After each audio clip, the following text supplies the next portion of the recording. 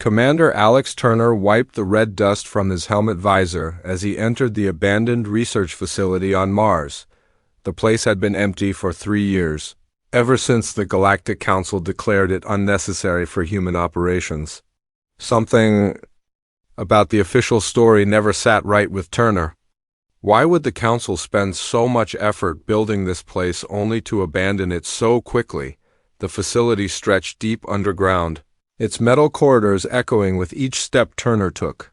His boots clanked against the grated floors as he made his way toward the central computer core. Dr. Maria Santos had given him the access codes before she disappeared from Earth 6 months ago. She claimed to have found something important, something the Council didn't want humans to know. Turner found the main terminal in a room, filled with dark screens and silent machines. He plugged in his portable drive and began copying files. Most of the data appeared to be routine research reports about Mars geology and atmospheric conditions.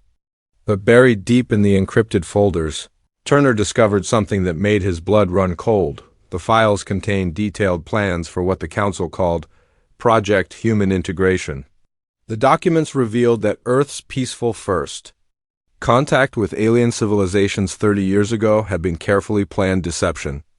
The Council had been watching humanity for centuries, waiting for the right moment to make contact and begin their slow takeover of human civilization. Turner read through report after report, each one more disturbing than the last. The Council viewed humans as useful but primitive creatures, suitable mainly for dangerous mining operations and military service. They had no intention of ever treating humanity as equals. The entire galactic community that humans believed they had joined was actually a vast empire built on lies and exploitation, one file made Turner's hands shake as he read it.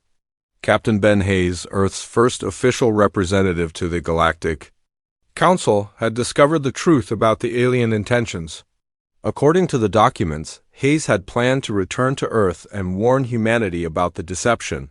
He never made it home. The official report claimed Hayes died in a shuttle accident, but the encrypted files told a different story. Council agents had murdered him to keep their secrets safe.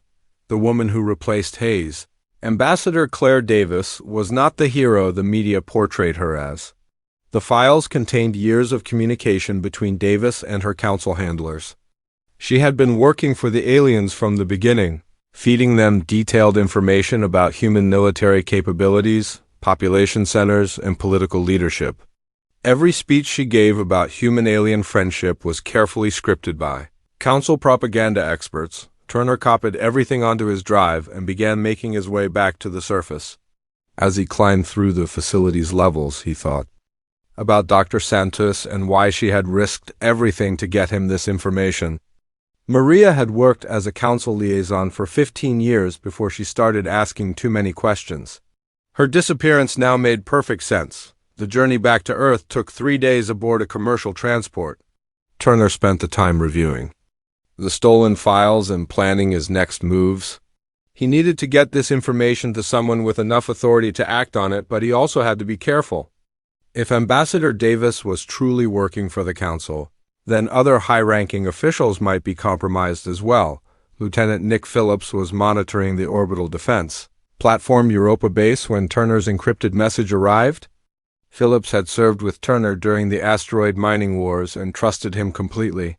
The message contained only coordinates and a meeting time, but Phillips knew something big was happening. They met at a small cafe in New Geneva, far from any government buildings or diplomatic facilities. Turner handed Phillips a data chip containing copies of the most important files. As Phillips read through the documents on his secure tablet, his face grew pale. "This can't be real," Phillips whispered. "The Council has been helping us for 30 years. They gave us faster-than-light travel, medical advances, clean energy technology." Turner leaned forward across the table.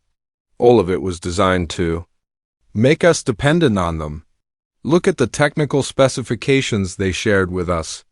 Every system has built-in limitations that prevent us from fully understanding how it works. We can use their technology, but we can never improve it or build our own versions. Phillips scrolled through more files, finding detailed analyses of Human Psychology and Military Tactics. The Council had been studying humanity like laboratory animals, learning everything they could about human strengths and weaknesses. They knew exactly how to manipulate human emotions and political systems to maintain control. "There's more," Turner said, activating another section of the files.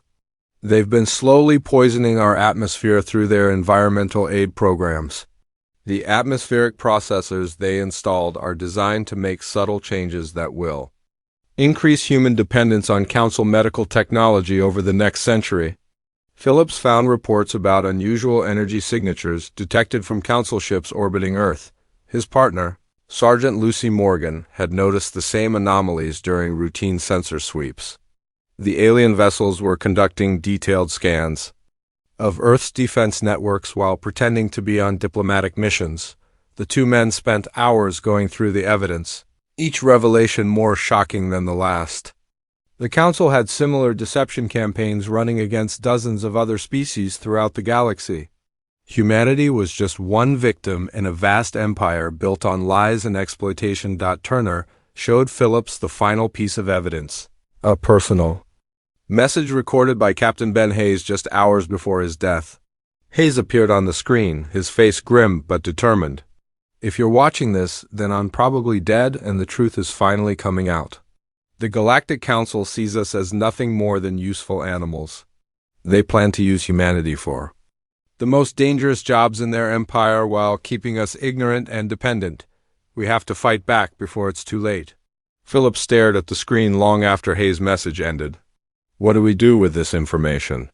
If we go public, they'll just claim it's fake. Davis will deny everything, and the Council will cut off all technology transfers. Millions of people could die without their medical supplies." Turner had been thinking about the same problem during his journey from Mars. "We don't go public yet. First, we need to find others who suspect the truth. Then we build enough evidence that the Council can't deny it. And we need to be ready for their response when they realize we know." Phillips nodded slowly. "Lucy has been tracking those energy signatures for months. She thinks the Council ships are mapping our entire defense grid. If they're planning something, we need to be prepared." The two men agreed to begin quietly reaching out to trusted contacts throughout Earth's military and scientific community. Turner would focus on finding more evidence of Council deception, while Phillips would work with Morgan to monitor alien activities in Earth orbit. As they prepared to leave the cafe, Turner grabbed Phillips' arm. "Nick, if I'm right about this, everything changes. The peaceful future we thought we were building with the aliens is a lie. We're going to have to fight for our freedom, and it won't be easy." Phillips looked his old friend in the eyes. "Then we better get started." Admiral Frank Carter floated through the construction bay of Blackwater Station, watching the final assembly of humanity's most ambitious project. The massive shipyard had been carved from the inside of a kilometer-wide asteroid in the Kuiper Belt, far beyond the reach of Council sensors. For 15 years, thousands of workers had labored in secret to build what would become Earth's salvation. The USS Blackout hung suspended in the center of the bay, its dark hull absorbing light rather than reflecting it. Chief Engineer Danny Rodriguez had spent the last 5 years perfecting the stealth coating that made the ship nearly invisible to alien detection systems. The technology came from salvaged Council equipment that human scientists had not only reverse-engineered, but dramatically improved. Carter pulled himself along the guide cables toward the ship's bridge, where Captain Megan Shaw was running final systems checks. Shaw had volunteered for the dangerous mission of commanding the fleet's flagship, knowing that she would likely be the first target in any battle with Council forces. Her crew had trained for years in secret, preparing for a war that most of Earth's population didn't even know was coming. "All systems show green, Admiral," Shaw reported as Carter entered the bridge. "The stealth generators are operating at full capacity and our weapon systems have passed every test. We're ready for deployment." Lieutenant Joe Brooks looked up from his tactical station, his young face serious with the weight of responsibility. "Sir, I've been studying the Council battle formations from the data Commander Turner provided. Their ships rely heavily on coordinated attacks using predetermined patterns. If we can disrupt their communications, we should be able to break their formations and defeat them with smaller numbers. Carter nodded approvingly. Brooks had shown remarkable insight during the planning phases, developing new tactical approaches that took advantage of human creativity and adaptability. The aliens had grown comfortable with their technological superiority, but they had never faced an enemy that could think as flexibly as humans. Petty Officer Grace Kim spoke from her communications station. "Admiral, I've finished analyzing the Council communication protocols. Their command structure is very rigid, with all orders coming from a single central authority. If we can jam or intercept their command frequencies, their individual ship commanders won't know how to react." The bridge crew continued their preparations as Carter made his way through the rest of the fleet. Each ship represented years of careful planning and construction, built using resources that the Council believed were being used for peaceful mining operations. The aliens had unknowingly funded their own opposition by paying Earth for asteroid mining rights in the outer system. In the intelligence section of Blackwater Station, Dr. Maria Santos worked alongside Tony Clark to gather crucial information about Council military positions. Santos had spent months hiding in the asteroid belt after stealing the files from Mars, but her knowledge of Council operations made her invaluable to the resistance effort. The Council has 47 major military installations within 50 light-years of Earth, Santos explained to Clark as they reviewed intercepted communications. Most of them are lightly defended because the aliens never imagined that a junior species would dare attack them. Their arrogance is our greatest advantage. Clark highlighted several targets on the holographic display. These 3 stations control communications for the entire sector. If we can take them out in coordinated strikes, we can blind the Council fleet for several hours. That should give us enough time to hit their main supply depot at Proxima Station. Santos studied the tactical display, her mind working through the implications of each potential target. We need to be careful about civilian casualties. Not all the aliens working at these stations are involved in the Council's deception. Some of them might even be sympathetic to our cause once they learn the truth. Meanwhile, on Earth, Ambassador Claire Davis continued her performance as humanities representative to the Galactic Council. She attended diplomatic receptions and gave speeches about the wonderful partnership between humans and aliens. Never knowing that her every communication was being monitored by the Resistance, Davis met with her council handler, a tall reptilian creature named Overlord Cathara, in a secure facility beneath the New York spaceport.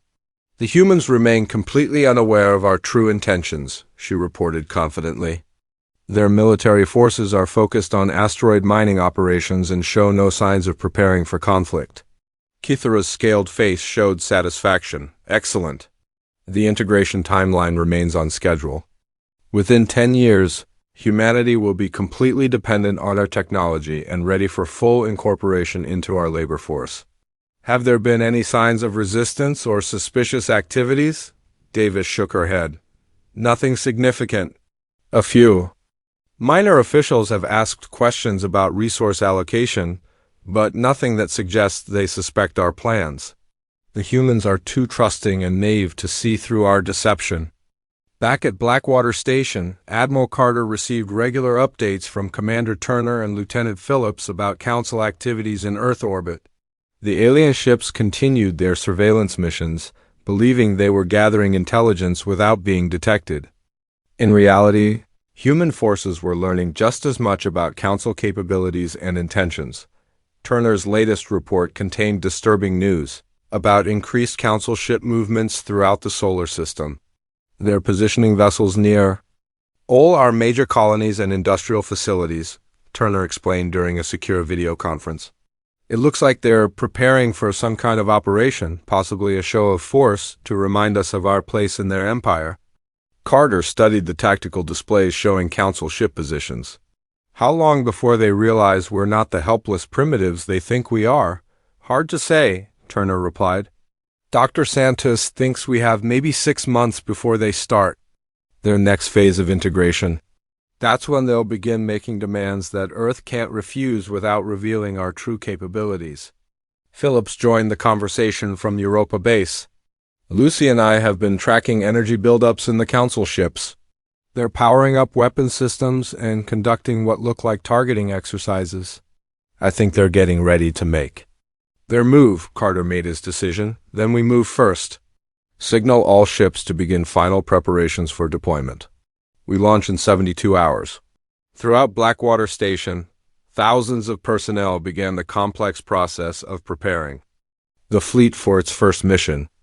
Engineers ran final checks on all systems while weapons specialists loaded the ships with ammunition and supplies. The gravity of their situation weighed on everyone's minds as they prepared to challenge the most powerful military force in the galaxy. Captain Shaw addressed her crew over the ship's communication system. In 3 days, we're going to do something that no human has ever done before. We're going to tell the Galactic Council that Earth is no longer willing to accept their lies and manipulation. Some of you are afraid, and that's natural. But remember that we're fighting for the future of our species and our right to determine our own destiny. The crew of the Blackout responded with quiet determination, each person understanding their role in the coming conflict.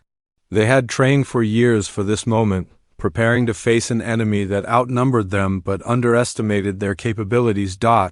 As the countdown to launch began, Admiral Carter sent a final encrypted message to President Karen White on Earth. Operation Darkstar is ready to commence. Once we begin, there will be no turning back. Humanity will either win its freedom or face complete subjugation. We won't let you down. The series monitoring station appeared on the main screen of the UES Blackout as Captain Megan Shaw guided her ship through the asteroid field. The massive alien structure had been watching Earth's activities for decades, secretly recording every human military movement and transmission. Today, that surveillance would end. Shaw turned to her tactical officer. Lieutenant Brooks, are all strike teams in position?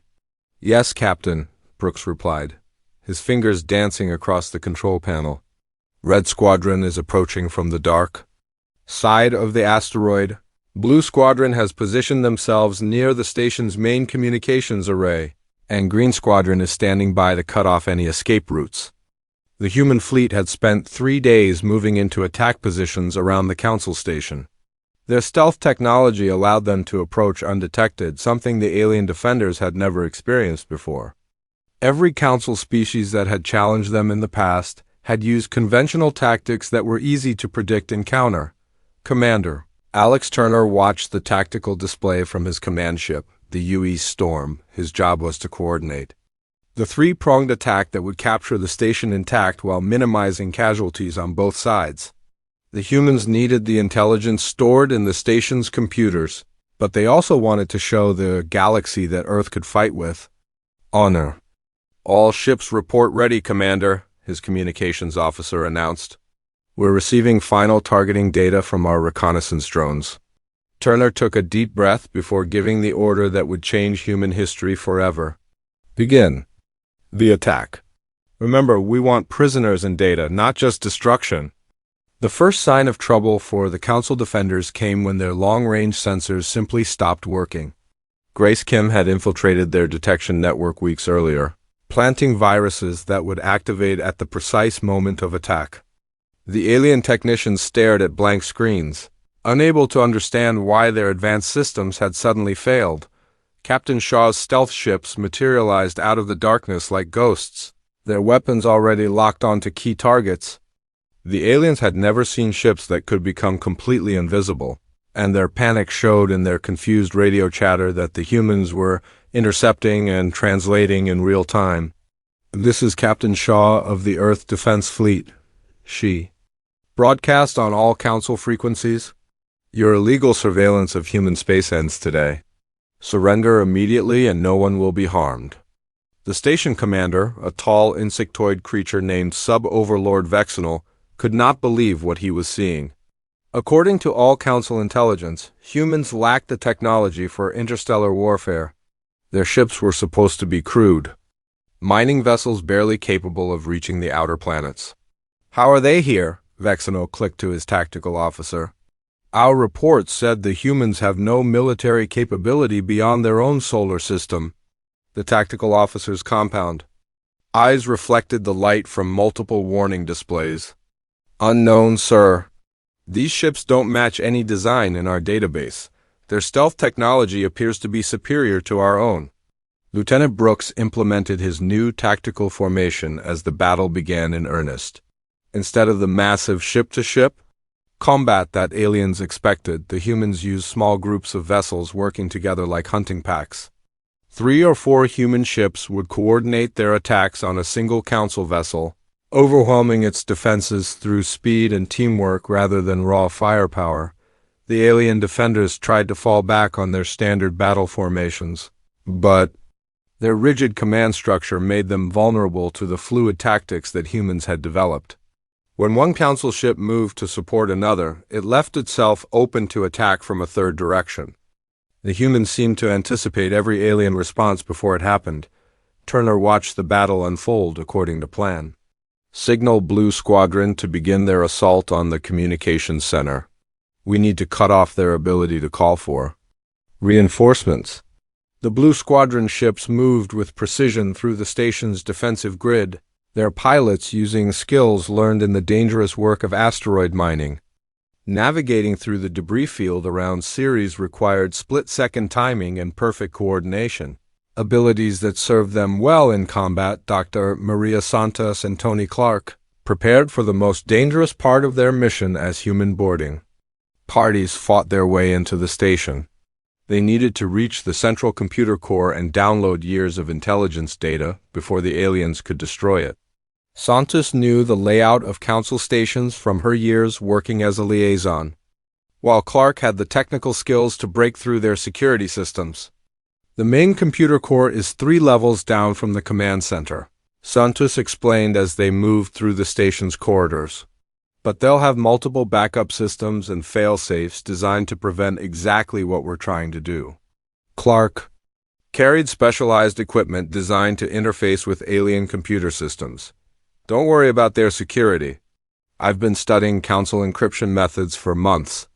Their overconfidence in their own technology is going to be their downfall. The fighting inside the station was fierce but brief.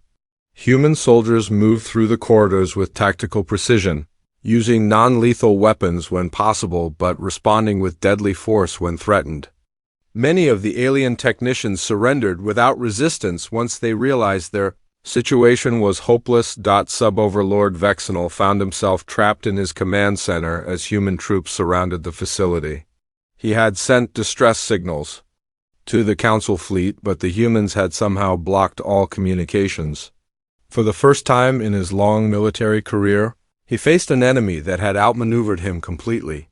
Santos and Clark reached the computer core as the battle raged. Above them, the massive data storage systems contained decades of surveillance information about not just Earth, but dozens of other species under Council control. Clark began the download process while Santos stood guard, her weapon ready to defend their position. "This is incredible," Clark whispered as data flowed into their portable storage devices. "They've been running similar deception campaigns against species throughout the galaxy. The Centauri, the Proxima colonies, even some worlds we've never heard of. They're all victims of the same lies they told us." The data revealed the true scope of the Council Empire. What humans had believed was a peaceful galactic community was actually a vast network of exploitation and control. Species after species had been contacted by the Council, offered friendship and technology, then slowly absorbed into their labor force through deception and manipulation. As the download completed, Turner's voice came through their communicators. "All objectives secured. The station is ours and we have prisoners for interrogation. Prepare for immediate departure." The human fleet began its withdrawal from Ceres, carrying with them proof of the Council's crimes and evidence that could inspire other oppressed species to rebel. Captain Shaw broadcast one final message as they prepared to jump to hyperspace. "Citizens of the galaxy, the truth about the Galactic Council has been revealed. They are not your friends or protectors.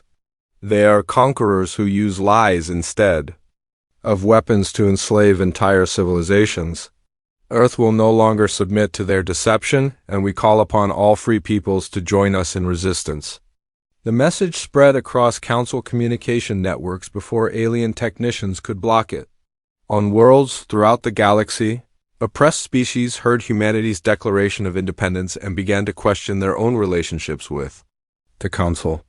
The spark of rebellion had been lit, and it would soon become a fire that would consume the alien empire. Admiral Carter received Shaw's report as the fleet regrouped in deep space. Mission accomplished, Admiral. We have the intelligence data and several high-ranking prisoners. Casualties were minimal on both sides.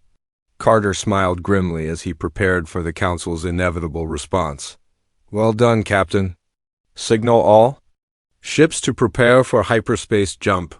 The Council knows we exist now, and they'll be coming for us with everything they have.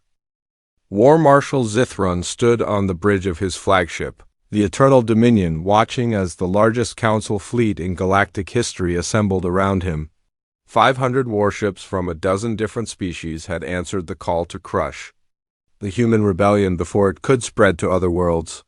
The reptilian commander's yellow eyes burned with rage at the humiliation the primitives had inflicted on Council forces. How many ships do the humans possess? He asked his intelligence officer, a spider-like creature whose multiple eyes never stopped moving. Our estimates suggest no more than 50 vessels, War Marshal, the officer replied in clicking tones. Their technology appears more advanced than expected, but they cannot match our numbers or firepower. This rebellion will be over within days. Zithron was not so confident. The attack on Ceres Station had shown tactical innovation that no Council species had ever displayed. The humans fought with a creativity that made them unpredictable and dangerous. Still, numbers would tell in the end, and the Council fleet outnumbered the human forces 10-1. Admiral Frank Carter studied the enemy formation from his command ship as the Council Armada moved through the asteroid belt toward Earth. His tactical display showed an overwhelming force of alien vessels, each one larger and more heavily armed than anything in the human fleet. Traditional military doctrine said his position was hopeless, but Carter had never been a traditional commander. Signal all ships to begin dispersal pattern Delta, he ordered. We're not going to meet them head-on. We'll use the asteroids for cover and hit them with small groups while avoiding their main force. Captain Megan Shaw acknowledged the order from her position aboard the Blackout. Her stealth ship had been refitted with additional weapon systems, but she knew that direct confrontation with the Council fleet would be suicide. The humans would have to be smarter and faster than their enemies if they hoped to survive. Lieutenant Nick Phillips commanded a small squadron of patrol ships near the Jupiter mining colonies when the first Council attack force arrived. His vessels were outnumbered 5-1, but they had the advantage of knowing the local space better than any alien navigator. Phillips had spent years flying through the complex orbital patterns around Jupiter's moons, and that experience would serve him well in battle. All ships, follow my lead, Phillips broadcast to his squadron. We're going to use the Moon Io's volcanic activity to mask our approach. The aliens won't expect us to fly through an active eruption zone.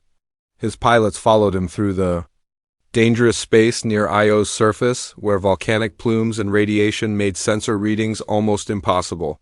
The pursuing Council ships hesitated to follow, giving Phillips the chance he needed to turn and attack from an unexpected angle. The battle for the Jupiter colonies lasted 6 hours and showed both the courage and desperation of human resistance. Phillips and his pilots used mining equipment as improvised weapons, turning industrial lasers and explosive charges into tools of war. When their ships ran low on ammunition, they rammed Council vessels or used their smaller size to outmaneuver. The larger alien ships. Dr. Maria Santos worked frantically from her mobile command center to coordinate communications with the rebel groups that had begun uprising across the galaxy. The data stolen from Ceres Station had provided contact information for resistance movements on dozens of worlds, and Santos was trying to organize them into an effective fighting force. The Centauri resistance has taken control of 3 orbital platforms, she reported to Admiral Carter during a brief communications window. The Proxima Liberation Front has disabled the Council's main supply depot in their system. We're not fighting alone anymore. Carter felt a moment of hope as he realized that humanity's rebellion had inspired others to fight for their freedom. But the immediate situation remained desperate as War Marshal Zithron's main fleet continued its advance toward Earth. The Admiral knew he needed to buy time for the resistance movements to organize while preventing the Council from reaching humanity's homeworld. Commander Alex Turner led his ships in a series of hit-and-run attacks designed to slow the Council advance without risking major losses. His forces would appear from behind asteroids, fire a few volleys at the enemy formation, then disappear back into the debris field before the aliens could respond effectively.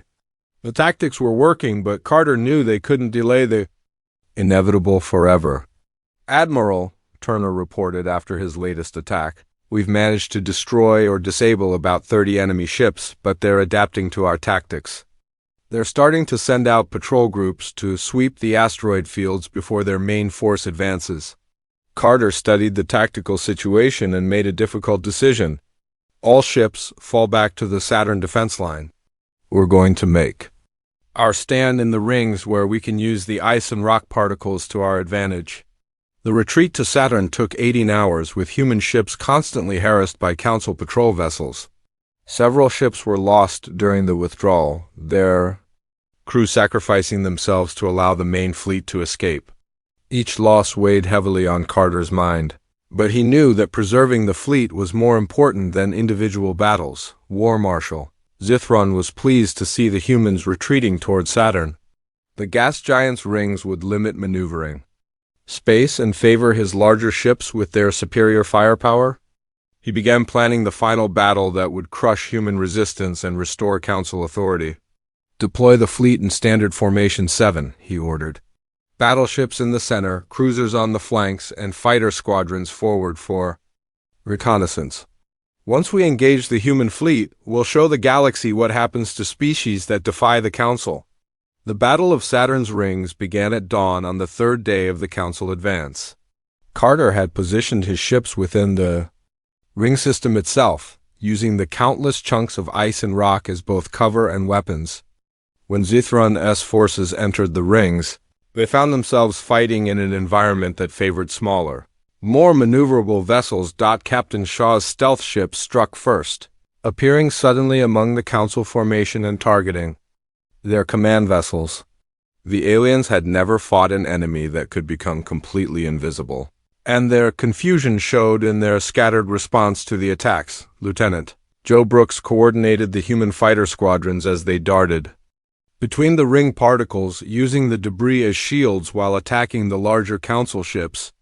The young officer had trained for years in similar conditions, and his pilots followed his lead with precision and courage. The battle raged for 12 hours, with neither side able to gain a decisive advantage.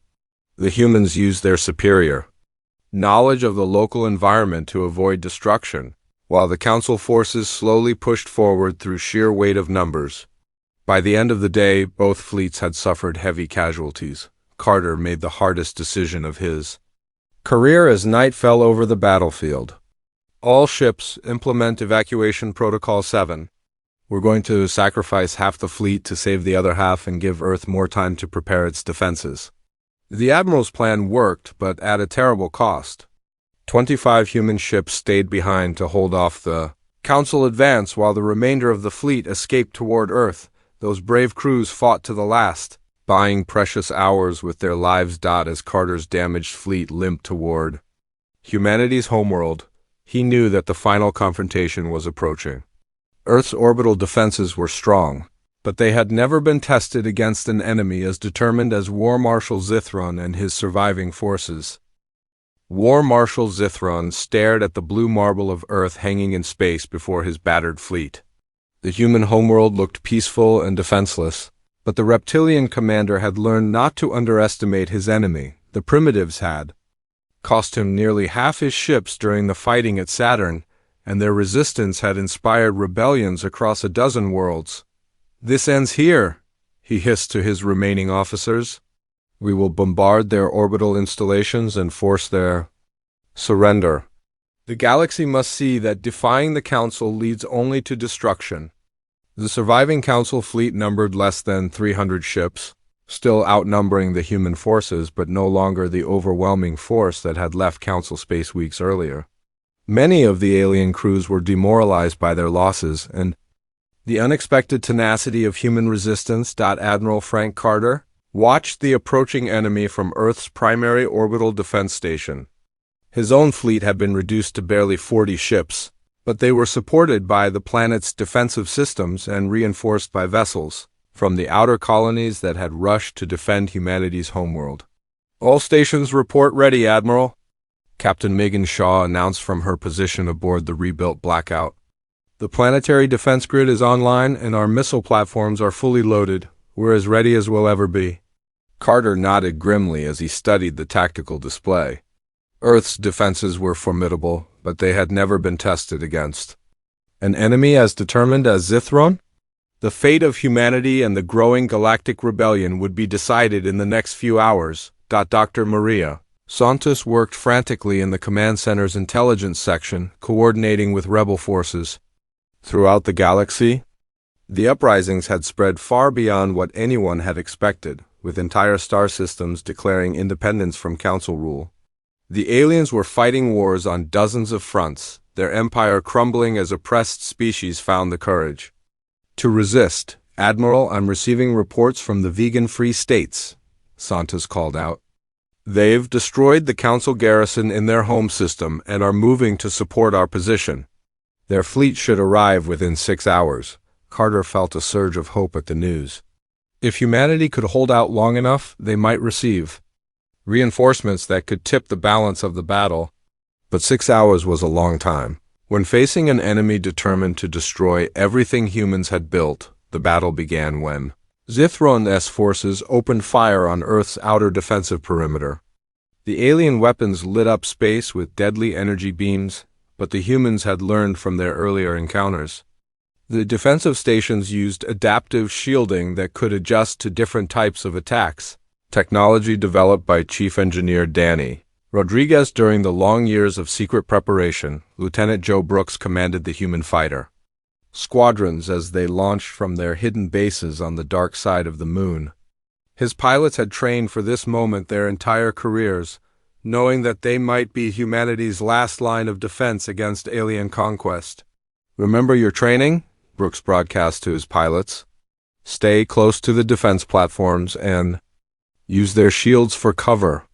Don't try to be heroes. We need to work together if we're going to survive this." The young officer led his fighters into the heart of the enemy formation, targeting the Council command ships that were directing the assault. His squadron moved with precision through the deadly crossfire, using tactics that no alien commander had ever encountered. War Marshal Zithron watched in frustration as his forces struggled to break through Earth's defenses. The humans fought with a coordination that seemed impossible for individual ships and pilots. It was as if they could read each other's minds and anticipate every move their enemies would make. "How are they doing this?" he demanded of his tactical officer. "Their ships are responding to threats before we even fire. It's like they know what we're going to do before we do it." The truth was even more remarkable than Zithron suspected. Dr. Santos and Danny Rodriguez had developed an adaptive combat AI system that could analyze alien tactics in real time and predict their next moves.